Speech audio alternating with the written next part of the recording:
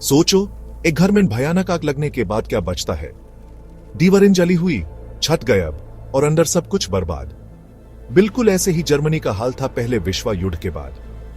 युद्ध ने देश को पूरी तरह से तबाह कर दिया था, फिजिकली और इमोशनली।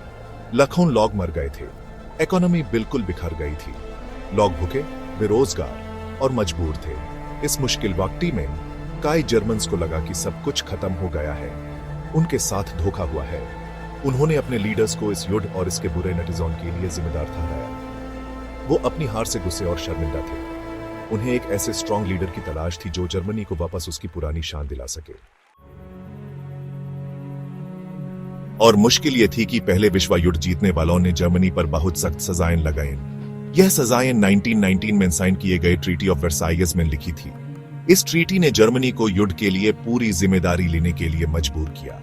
इसमें नुकसान की भरपाई के लिए बहुत ज्यादा पैसे देने को भी कहा गया था, जिसे रिपरेशंस कहते हैं। ट्रीटी ने जर्मनी से उसके कॉलोनीज और कुछ टेरिटरीज भी छीन लिए।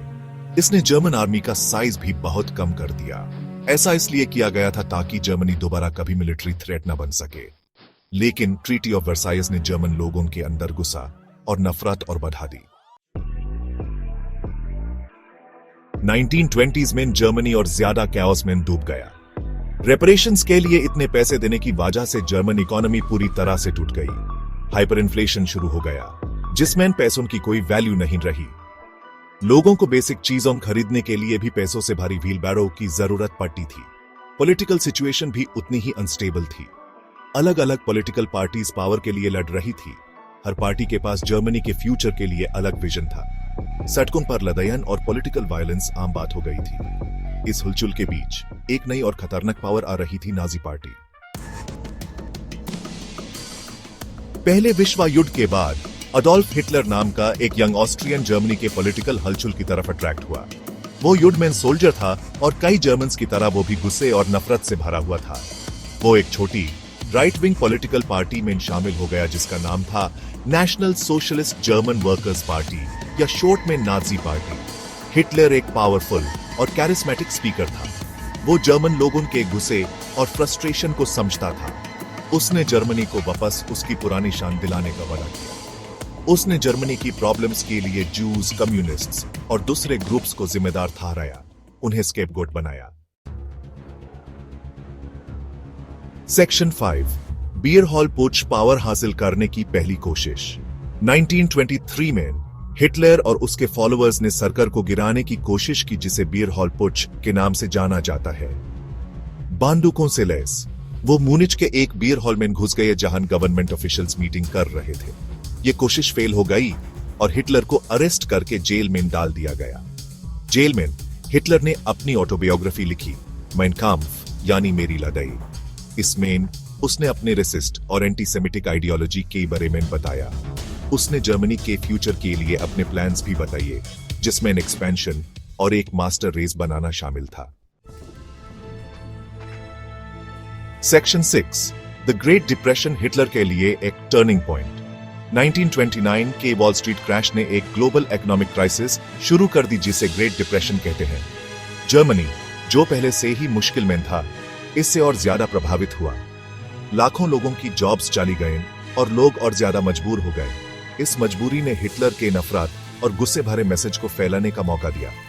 लोग किसी को जिम्मेदार ठहराना चाहते थे और हिटलर ने उन्हें आसान टारगेट्स दिए, जूस, कम्युनिस्ट्स और सरकार।